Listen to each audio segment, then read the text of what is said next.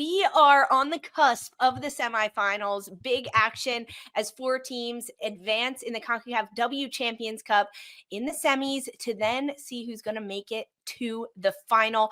Now, this is the CONCACAF W Champions Cup. If you don't know, now you know. It's an inaugural tournament with 11 club teams from the CONCACAF region. So that's North America, Central America, and the Caribbean.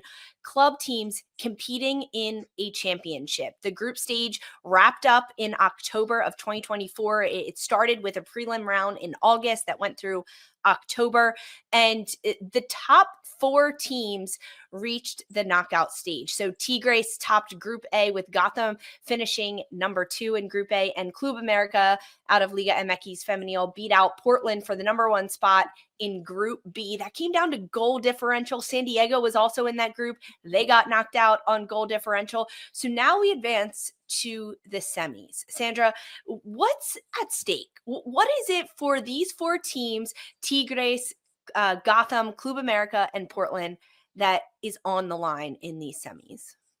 These are the high stakes moments, right? That you look at these kind of inaugural tournaments and you say, this is what it means. This is what it's for. This is what it's supposed to be about. I mean, we cover all things women's soccer on this show. And, I don't need to emphasize how often the discussion of, growing the women's game, the evolution of the women's game, what does that look like and what does that mean? Well, this is what it looks like and this is what it means. That there are annual competitions like this with high stakes on the line between clubs that don't often get the opportunity to play each other. And so it's maybe not too surprising in this inaugural one that it's coming down to a couple of Liga MX Femenil teams and a couple of NWSL teams. I think in the beginning of this one, maybe we all had that similar prediction. That probably come down to a quartet of this type. But I'm here for it. I think for the Liga MX Femenil side of things, it is a bit of a measuring stick. This is still a very young league, similar to not unsimilar to NWSL, but they're younger even than NWSL, as the league that we talk about is still young and growing. So Liga MX is also very, very young. And these are those kinds of measuring sticks where they want to have the opportunity to see and showcase where they are. I think there was a layer of disappointment in that Summer Cup that took place just a year ago. So what is it going to look like when you have 4 teams representing their leagues and they're supposed to be this sort of creme de la creme going head to head? But there's also this other layer of the timing of this particular semifinal round. Different rosters going head to head that were different in the group stages. So how are they going to look going head to head in this kind of high stakes match in a semifinal? Well, the trophy's on the line. Yeah. The trophy's on the line, bottom line. Like, these clubs want another trophy to put in their cabinet. So it's for that and the pride of it all, because the NWSL, we hype ourselves on being the most competitive league in the world. So when we're going against other clubs from other leagues, like, this is a time that you put your stamp on it. This is when you show that what you can do and how we measure up and how we compare to other leagues. So especially at this stage, when you're in a semifinal, you're now maybe not in group stage, but now you're taking it seriously and you're like, we're right there and we can get this thing. Same for the Liga MX side, for Tigres and Club América, because they have been kind of the bridesmaid, if you will, of the North American Division 1 professional soccer to the NWSL, who is always touted as one of the best in the world, the most competitive. These club teams in the NWSL are the top, and Liga MX wants to prove, no, we hang right with them. We can beat them. We can take them down. That's what makes these CONCACAF W Champions Cup semis so exciting, and you can watch them on Paramount Plus. Now, Sandra, you did touch about the funkiness of this, because for these NWSL teams, they competed all last year during season, August to October, with one roster. The offseason has come and gone. We've now started the next year, and there are players that are no longer on this roster for Gotham. Our very own McCall Zerboni, because she traded teams and she came to A3. So it's a different look. Meanwhile, for these Liga MX side, their season ended a few weeks ago. They haven't played games in a couple of weeks because their season just ended. They also have different rosters. McCall, that's is so bizarre, isn't it, to play the same tournament over the course of 2 years with 2 entirely different rosters? That, and if I was them and I'm like, it's meant to be my off season, I'm trying to go home and spend time with my family, I've got to do this extra thing. And then also it's like, I'm thinking about myself and other players who were on the team last year. It's like, so are we going to get a bonus? Are we going to get a medal? Like, how's this going to go? We really don't know yet. So it's interesting, but I can tell you that Gotham and Portland are taking it seriously. Like, again, this is the chance to kind of flex on the rest of the world. And, Portland came off a sore season last year, and so they're trying to get their steam back. Yeah. Well, okay, let's talk about it. Let's dive into these semis. They take place Wednesday, May 22nd, Club América against Gotham, 7:30 p.m. Eastern time on Paramount Plus. Club América against Gotham. McCall, talk to us a little bit about Gotham. They're 8th in the NWSL right now. They're on a bit of a struggle bus streak because they haven't scored in the last 3 games. What's going to be the X factor for them going into this semi against Club América? Well, I will tell you, Gotham last year, we rotated a lot of the players, right? So because we were playing regular season games amongst this tournament, not necessarily our A players were playing in this tournament to get here to the semifinals. So now it's the question mark of, are you going to utilize your strongest 11 in this match when you still got to get up the ladder in the NWSL? Because their performance has been very inconsistent and they need to not fall too far below the playoff line in the NWSL regular season. So it's like, do you risk and utilize those players, or are you going to stick with the players that will kind of carry you through this tournament as well? So I'm interested to see the lineups and who's on the rosters for game day. And, I think it's tough competition because that, these teams are going to be coming for the NWSL. Everybody wants to come for the NWSL. Gotham scored 13 goals in the group stage. Sorry, Sandra. But I think most importantly, they were held scoreless against Monterrey and they drew 4-4 with Tigres during the group stage. So some of these Liga MX teams have Gotham's number. And that was just in the group stage. I'm very excited to see how this match is going to unfold. I think you have to take a look at kind of where they're coming from. I think when you're looking at the Liga MX side of things, the timing could come into play as we're talking about Gotham's form, and maybe they're hitting a wall right now as far as goal scoring. That's not necessarily the case for the Portland Thorns side. They're coming, off of a pretty stellar game where like they had a flurry of goal scorers, and then you've got Tigres and Club América, where it's a little bit different. I mean, this is a Tigres team that is not only dealing with injury.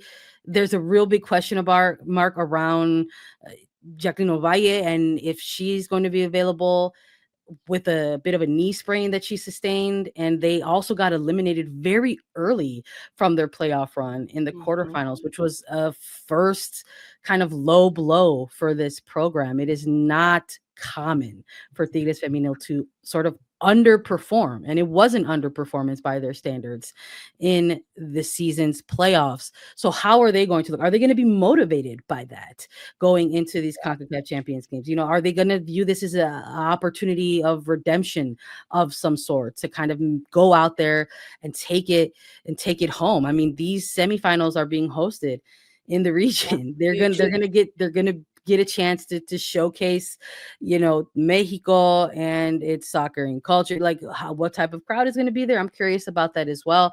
But there's all these other things in terms of just the roster itself. Who's going to be available? What's the fitness and the form look like? That's all going to matter when that whistle blows. And players that are dealing with like knacks and injuries, do you risk them in this game, in this tournament? Yeah. Like, where does your value lie? I think for Liga MX, they have a little bit less to lose considering their season is done, right? Yeah. When you look at Club América, they won the Clausura. They finished first in the standings, but then in the playoffs, they lost 3-2 on aggregate to Club Pachuca. Their last match was May 12th. It's been a little bit of time, and they are also dealing with some injuries. As you mentioned for Tigres, Sandra, Club América is dealing with that too. In the group stage, they only conceded 3 goals. They beat San Diego 1-0, and they had 3 shutouts to Santa Fe, to the Whitecaps, and to San Diego. The only team that they lost to was Portland Thorns, and they still scored a goal against the Thorns. Now, Club America is dealing with a lot of injuries right now. Without Sarah Lubert, she was not available for their final against Pachuca on May 12th. That's a big loss for Club America. The availability is still a question mark. We'll find out more closer to game time, which is Wednesday night, 7:30 p.m. But Palacios, this is going to be a huge player for Club America. Can she get on the score sheet for Club America early in this game, put Gotham on their heels? Because with player rotation, I would not be surprised if we see a different goalkeeper than Ann-Katrin Berger in goal for Gotham FC. Tyler McKamey is a rookie. She's out of Princeton. She's been on the game day rosters for Gotham this year. I could see her getting some time and minutes. And if Club America can get the ball to Palacios, she can score in the opening 15 minutes of this game. It would set the tone and it would change everything for this semifinal. And that's exactly what Club America wants to do. They're coming off of a pretty high end to their year with a bitter taste in their mouth because they didn't ultimately win in that final. Oh, that fuels a team, guys. I'm looking for that motivation. 100%. Yes. And Club América more than maybe even Tigres, I think we're talking about form. I mean, they were in that last game. They were in the Gran Final. And so, maybe they do have a little bit, at least some of that pep in their step. There hasn't been that distance and break, in weeks away from games. And Palacios is going to be huge. But again, it comes down to availability. Like, is Montse Saldivar going to be available? I mean, this is what 18-year-old keeps like such a great player for this team. He's got a lot of clout around her at such a young age. It really is. I think that's part of the aura of this game, is that it's just like the mystery of it all. It's like who's actually gonna get the start, who's gonna get out there and like take this game over a little bit for either team, whether it's Club América or Gotham. Meanwhile, Tigres, they are going to take on Portland Thorns. That match kicking off at 10:30 p.m. Eastern on Paramount Plus. As you mentioned, Sandra, arguably one of the worst seasons in Tigres history because they finished 5th in the Clausura after a record 6 Liga MX trophies. They were eliminated in the quarterfinals. That was the earliest upset that ever Tigres has been eliminated by Monterrey. Monterrey ended up being the higher seed, so even though it was tied 2-2 on aggregate, Monterrey advances. Tigres hasn't played a game since April 28th. They're supposed to be resting, rebuilding their roster right now in the offseason, getting set to shake off the cobwebs of a pretty tough end to the year, and now they have to go compete in this game, plus dealing with some of those injuries. They're also under a new coach this year in Pedro Martinez that it didn't give the right emphasis in the league play that Tigres has been known for. Because they are powerhouses, because they win, now they have to go do it against a Portland Thorns team that is 4th in the NWSL, unbeaten in their last 5. They're on a bit of a hot streak. But for me, Tigres, it has to come down to a committee effort of what they need to do in this. Because in the group stage, they drew with Gotham 4-4, only one shutout. Defensively, Tigres was shaky in these group stages, and that shutout came against Monterrey. Reminder, that's who eliminated them in the quarterfinals of the playoffs this year in Liga MX Femenil. But they have the home advantage. Estadio Universitario is where these semifinals are being played. It needs to be Jackie Ovalle stepping up, Tembi Katlana in the front line, Jenny Hermoso, the World Cup champion who didn't have her best season at Tigres, Ana Diaz. She had a great group stage in the CONCACAF W Champions Cup, 4 goals, 2 assists for Tigres. Availability, it all comes down to that, but they've got big names, Tigres, that they can put Portland under pressure in these semis. And I'm glad for them that they're at home because it's a big ask.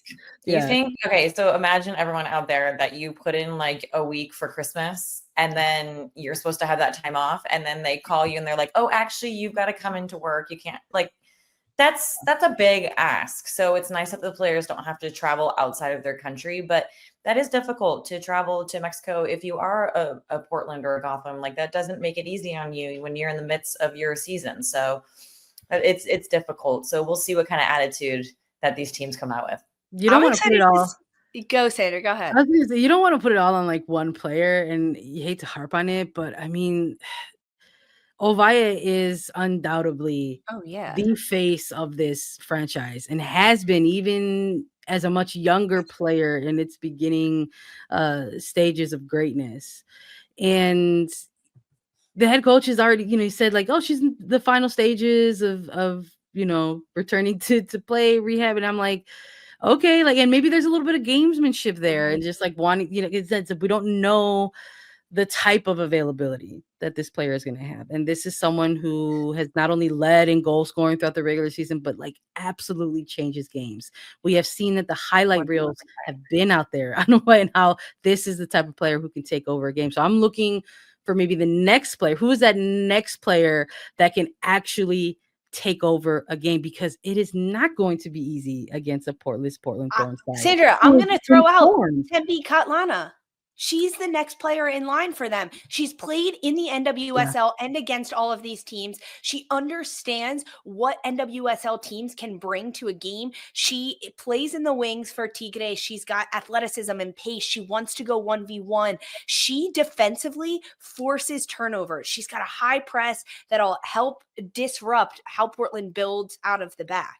That's who I'm going to say. And how's that going to look with potentially out in Ovalle and potentially, not potentially, no Steph Mayor. These are players that open up channels for each other. And I'm very curious to how, like, is this going to be the game where we finally see Tigres commit to long ball? I don't know. We'll see. Stay tuned. It's like you gotta, I don't think so. Not in the first half, at least. Yeah, maybe not in the first half.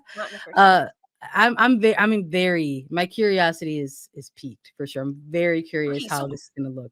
I'm also thrilled to see these rookies in NWSL. Jaden Perry, how is she going to compete against this front line of Tigres, right? Those are the tests that really determine how a rookie is doing. If you can go and play another top club team out of Mexico and compete with them, when these rookies probably don't know much about Tigres, much about Jackie Ovalle, right? Like, what is that going to look like? And Portland is built of a lot of younger players this year. Kaya Hanks up top, like, again, who's going to play? What's that availability and rotation going to look like?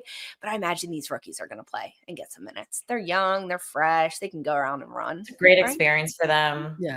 Yeah, it's going to add layers. I'm here for it. Yeah, I'm here for it too. I think like that's the other layer of this for me when it comes to these types of tournaments that are getting introduced into the women's game. These are all building blocks, right, to something bigger. There's eventually going to be a Club World Cup on the horizon, and all of the regions, federations are going to have these competitions to go ahead to. We know there's already a women's Champions League. There's going to be every region, every footballing region is going to have this type of competition to kind of boil things down, crown one champion, and then they're all going to go head to head in other competitions. And so I am very curious to see how this scheduling, like we just are coming into a segment where we're talking about USWNT roster, who's going to be available, for these games, how's that going to look, and this also falls on coaching staffs. This is a huge opportunity for coaching staffs as well, because we hear constantly, especially in NWSL, about how players your coaches have to be careful with players and managing their minutes and how they're going to do this, and maybe the layers of frustration in that. Okay, well, that's your job as a coach, to utilize your entire roster. Figure it out.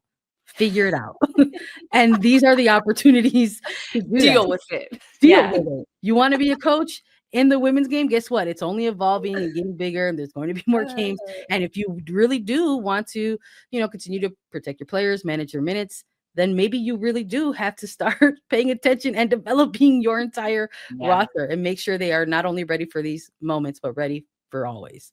Yeah, and these games are going to get chippy. I can guarantee that there's going to be a high foul count in both of these games, but I still think both NWSL teams are going to come out on top. I've got Portland winning. I've got Gotham winning all day. Ooh, a potential for an all NWSL final. Well, first we got to get through the semis. They're happening Wednesday, May 22nd. Club América against Gotham, 7:30 on Paramount Plus, and then Tigres against Portland Thorns, 10:30 on Paramount Plus, with the final taking place this Saturday, May 25th at 10 p.m. Eastern Time on Paramount Plus. Tune in, CBS Sports families, because we got you covered for all the CONCACAF W Champions Cup action.